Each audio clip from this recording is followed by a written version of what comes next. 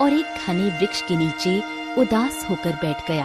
तभी गांव का मुखिया आकर राजू से बोला,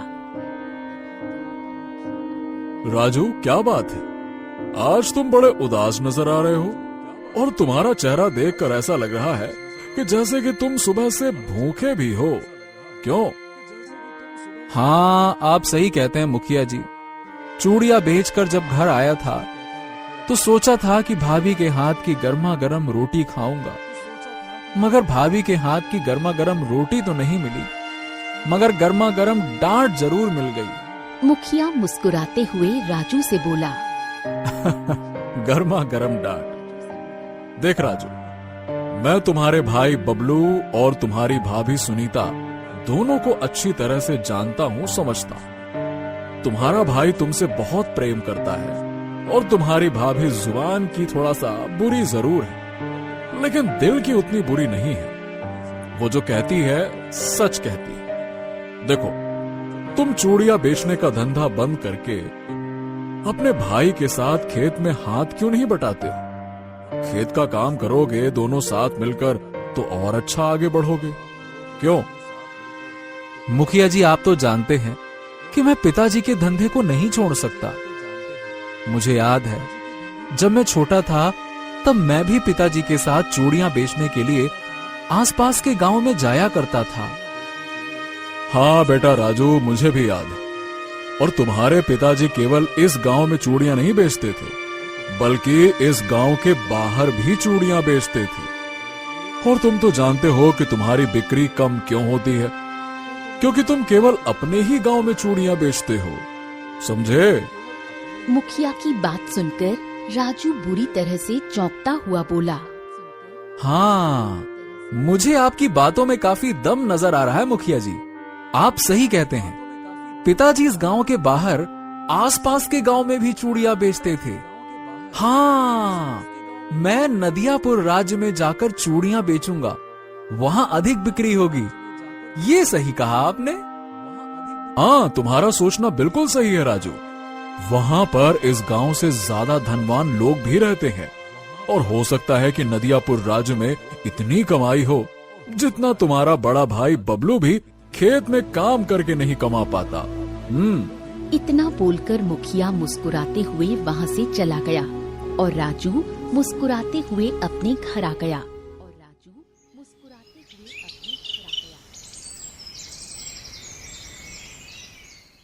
अगले दिन राजू अपनी गठरी उठाते हुए अपने भैया और भाभी से बोला, मैं चलता हूँ भैया और भाभी।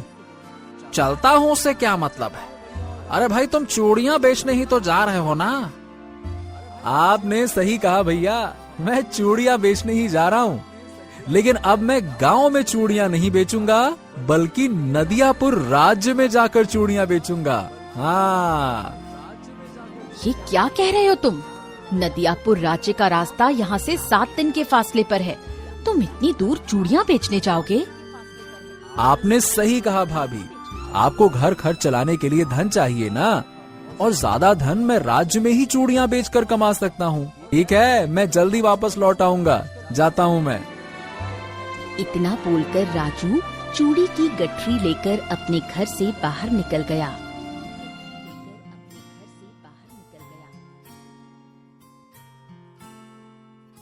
कुछ ही दिनों में राजू नदियापुर राज्य में पहुंच गया। नदियापुर राज्य को देखकर राजू आश्चर्य से अपने आप से बोला, अरे वाह, ये नदियापुर राज्य तो बड़ा ही सुंदर है।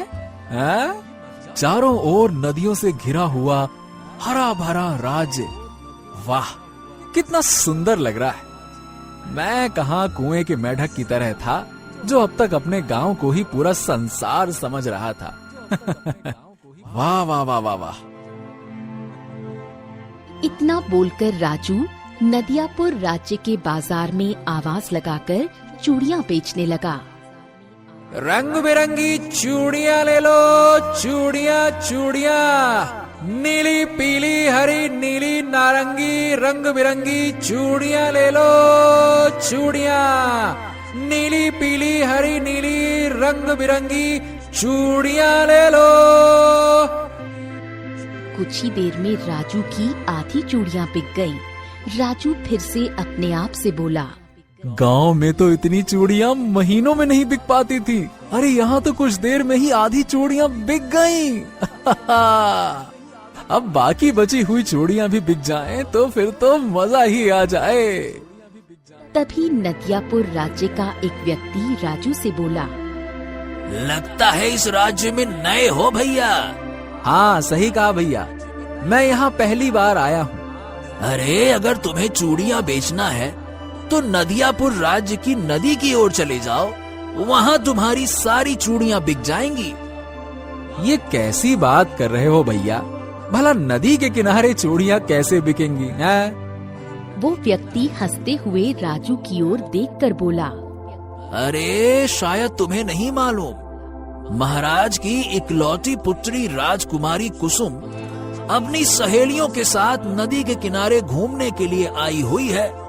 तुम्हारी सुंदर सुंदर चूड़ियाँ राजकुमारी कुसुम और उसकी सखियों को बहुत पसंद आएगी। अरे जाके दिखाओ तो सही। उस व्यक्ति की बात सुनकर राजू तुरंत नदियापुर राज्य की नदी की ओर चला गया।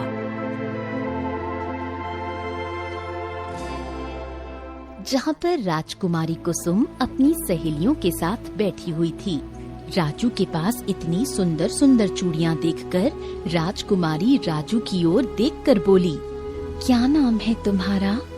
तुम्हारे पास तो बहुत ही सुंदर सुंदर चूड़ियाँ हैं। मेरा नाम राजू है राजकुमारी जी। अगर आप इन चूड़ियों को पहनोगे तो आप बहुत अधिक सुंदर लगोगे। ठीक है, जिस रंग की चूड़ी मुझे मेरी कलाई पर अच्छी लगेगी मैं वही चूड़ी तुमसे खरीद लूंगी, वो भी तुम्हारी मुंह मांगी कीमत पर। इतना बोलकर राजकुमारी ने कलाई आगे की ओर कर दी और बोली, अपने हाथों से मुझे चूड़ियाँ पहनाओ राजू चूड़ी वाले। राजू राजकुमारी को चूड़ियाँ पहनाने लगा। कुछ ही देर में राजू ने एक एक करके राजकुमारी को सारी चूड़ियाँ पहनाकर देख ली, मगर राजकुमारी को कोई भी चूड़ी पसंद नहीं आई। तुम्हारी चूड़ियाँ अच्छी है राजू चूड़ी वाले, लेकिन जो चूड़ी मुझे चाहिए वो चूड़ी तुम्हारे पास नहीं है और ना ही वो चूड़ी तुम्हारे पास हो सकती है। तभी राजकुमारी की एक सहेली राजू को सोने के 5 सिक्के देते हुए बोली, राजू चूड़ी वाले ये सारी चूड़ियाँ मुझे दे दो। राजकुमारी को जो चूड़ी पसंद है वो तुम नहीं ला सकते। राजू ने 5 सोने के सिक्के खुशी खुशी अपनी जेब में रख लिए और वो चूड़ी की गठरी राजकुमारी की सहेली को देता हुआ राजकुमारी से बोला, ऐसी कौन सी अनोखी चूड़ी है जो आपको पसंद है राजकुमारी? आप मुझे बताइए, वो चूड़ी मैं आपके पास जरूर लेकर आऊंगा। तो फिर मेरी बात ध्यान से सुनो राजू चूड़ी वाले। जब मैं छोटी थी तब मैं अपनी माँ के साथ इस नदी के किनारे बैठी हुई थी। तब तुम्हारी ही तरह दिखने वाला एक चूड़ी वाला मेरी माँ को चूड़ियाँ बेचने के लिए आया था। मेरी माँ ने वही चूड़ी उस चूड़ी वाले को लाने के लिए कहा था और उस चूड़ी वाले ने वचन दिया था कि वो चूड़ी मेरी माँ को जरूर पहनाएगा, मगर वो आज तक वापस नहीं आया और मेरी माँ उसका इंतजार करते करते चल बसी। अब देखिए, हो सकता है कि उस चूड़ी वाले की कोई मजबूरी रही हो जो वो वापस नहीं आ सका हो, लेकिन आप मुझे तो बताइए कि आखिर वो अनोखी चूड़ी किस प्रकार की है और वो कहाँ मिलेगी। मैं वो चूड़ी आपको जरूर भेंट करूंगा। ये एक खास किस्म की चूड़ी है जो दिन के प्रकाश में भी सोने के पानी की तरह चमकती है। कहते हैं कि उस चूड़ी के बारे में नदियापुर राज्य के घने जंगल का एक साधु ही जानता है, जो एक गुफा के अंदर तपस्या में लीन है। ठीक है, मैं आपको वचन देता हूँ राजकुमारी जी, अब जब भी मैं नदियापुर राज्य लौटूंगा वो चूड़ी हासिल करके ही लौटूंगा। अगर तुम वो चूड़ी हासिल करने में कामयाब हो गए राजू चूड़ी वाले, तो मैं तुम्हें इतना धन दूंगी कि तुम्हारी आने वाली 7 नस्लों को भी चूड़ी बेचने की आवश्यकता नहीं पड़ेगी। वो अपना सारा जीवन ऐशो आराम से व्यतीत करेंगे। राजकुमारी की बात सुनकर राजू मुस्कुराता हुआ नदियापुर के घने जंगल की ओर चल दिया। वो जंगल के काफी अंदर चला गया। राजू के पैर बुरी तरह से थक चुके थे। तभी जंगल में भयंकर वर्षा होने लगी। वर्षा को देखकर राजू अपने आप से बोला, अरे मैं तो जंगल में काफी अंदर तक निकल आया हूँ, लेकिन कोई गुफा मुझे दूर दूर तक नजर नहीं आ रही। ऊपर से बारिश भी होने लगी। अरे मुझे बारिश से बचने के लिए कोई ठिकाना ढूंढना होगा। राजू बारिश से बचने के लिए इधर उधर देखने लगा। तभी राजू की नजर झाड़ियों के बीच छुपी हुई एक गुफा पर पड़ी। राजू उस झाड़ियों के बीच छुपी हुई उस गुफा को बहुत गौर से देखता हुआ अपने आप से बोला, कहीं ये वही गुफा तो नहीं है जिसके बारे में राजकुमारी मुझे बता रही थी? हाँ, मुझे जाकर देखना चाहिए। अगर ये वो गुफा नहीं भी निकली तो कम से कम बारिश से बचने के लिए ठिकाना तो हो ही जाएगा। चलो भाई, जल्दी चलो। इतना बोलकर राजू ने अपने कदम उस गुफा की ओर बढ़ा दिए। कुछ ही देर में राजू गुफा के अंदर खड़ा हुआ था। गुफा के अंदर अंधेरा था। राजू ने देखा कि अंधेरे में एक साधु आंखें बंद किए हुए बैठे हुए थे। उनके सामने कुछ लकड़ियां जल रही थीं। अचानक साधु आंख खोलकर राजू की ओर देखकर बोले, कौन हो तुम और इस गुफा के अंदर क्या कर रहे हो? क्या तुम्हें नहीं पता ये जंगल रहस्यों से भरा पड़ा है? मेरा नाम राजू है साधु महाराज, और मैं चूड़ी बेचने का व्यापार करता हूँ। मैं एक ऐसी अनोखी चूड़ी की तलाश में आया हूँ जो दिन के उजाले में भी सोने के पानी की तरह चमकती है। राजू की बात सुनकर साधु रहस्यमयी अंदाज में राजू को गौर से देखते हुए बोले, हाँ, तो ये बताओ, क्या तुम जानते हो उस अनोखी चूड़ी के अंदर कुछ रहस्यमयी शक्तियां भी हैं और उसे हासिल करना इतना आसान काम नहीं है? नहीं साधु महाराज, मैं नहीं जानता कि उस अनोखी चूड़ी में कौन सी रहस्यमयी शक्तियां हैं, और मैं जानना भी नहीं चाहता। मैंने तो बस राजकुमारी कुसुम को वो चूड़ी भेंट करने का वचन दिया है। मैं बस उस वचन को पूरा करना चाहता हूँ, मैं इतना ही जानता हूँ। हाँ, तो फिर ध्यान से सुनो। यहाँ से कुछ दूर पर एक झरना बहता है। आधी रात के समय जब चंद्रमा की रोशनी से ये जंगल नहाने लगे, तब तुम उस झरने के पानी के अंदर प्रवेश कर जाना और अपनी आंखें बंद करके एक हाथ बहते हुए पानी की ओर कर लेना। अगर तुम्हारे मन में कोई कपट और लालच नहीं होगा तो वो चूड़ी स्वयं तुम्हारे हाथ में आ जाएगी। मगर याद रखना, अगर तुम्हारे मन में जरा सा भी लालच या किसी के लिए क्रोध या द्वेष हुआ तो वो झरने का पानी तुम्हें उसी समय पानी के अंदर डुबो देगा। ठीक है साधु महाराज। इतना बोलकर राजू भयंकर वर्षा के बीच ही उस झरने की तलाश में निकल गया। राजू को उस झरने को तलाश करते करते काफी समय बीत चुका था। आधी रात का वक्त हो चुका था और वर्षा भी बंद हो चुकी थी। तभी अचानक राजू की नजर सामने एक झरने पर पड़ी। राजू ने देखा कि आसपास का सारा जंगल चंद्रमा की रोशनी से नहाया हुआ था।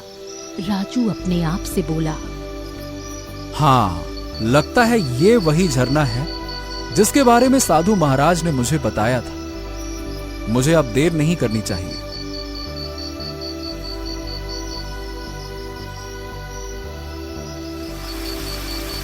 राजू उस झरने के पानी के अंदर प्रवेश कर गया और अपनी आंखें बंद करके एक हाथ झरने के पानी की ओर कर लिया। अगले ही पल झरने की कुछ बूंदों के साथ एक सुनहरे रंग की अनोखी चूड़ी राजू के हाथ में आ गई। राजू ने तुरंत आंखें खोल ली। अरे वाह! ये तो वाकई अद्भुत, चमत्कारी और अनोखी चूड़ी लगती है। हाँ, मुझे अब इस अनोखी चूड़ी को राजकुमारी को भेंट कर देना चाहिए, जैसा कि मैंने उन्हें वचन दिया था। चल राजू, अब वचन पूरा किया जाए। इतना बोलकर राजू उस झरने से बाहर आ गया।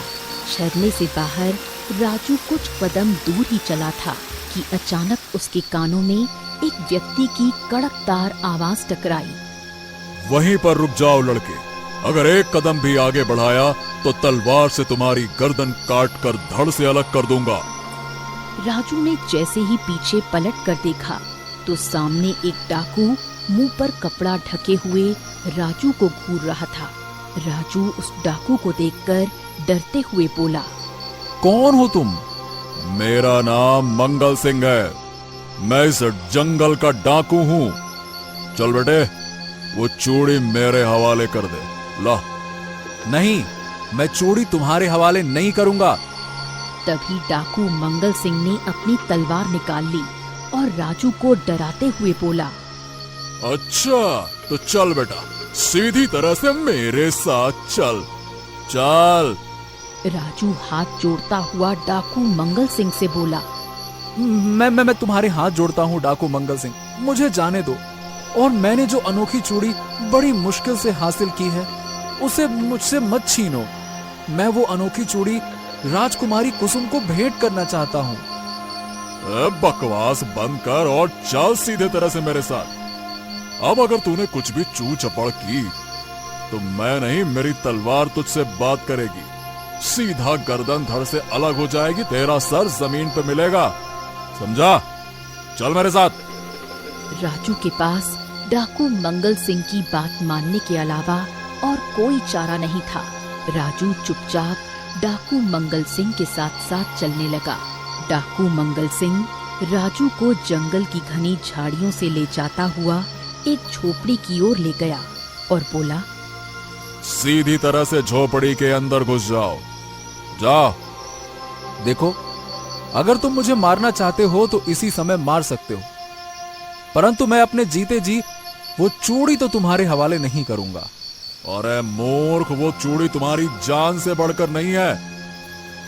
जो मैं कहता हूं वो करो, इस झोपड़ी के अंदर घुस जाओ। जाओ। राजू चुपचाप झोपड़ी के अंदर घुस गया। झोपड़ी के अंदर घुसते ही राजू की आंखें आश्चर्य से फटी की फटी रह गईं। उसने देखा कि झोपड़ी के अंदर एक चारपाई बिछी हुई थी और एक बूढ़ी स्त्री की लाश उस चारपाई पर पड़ी हुई थी। ये देखकर राजू बुरी तरह से कांपता हुआ डाकू मंगल सिंह से बोला,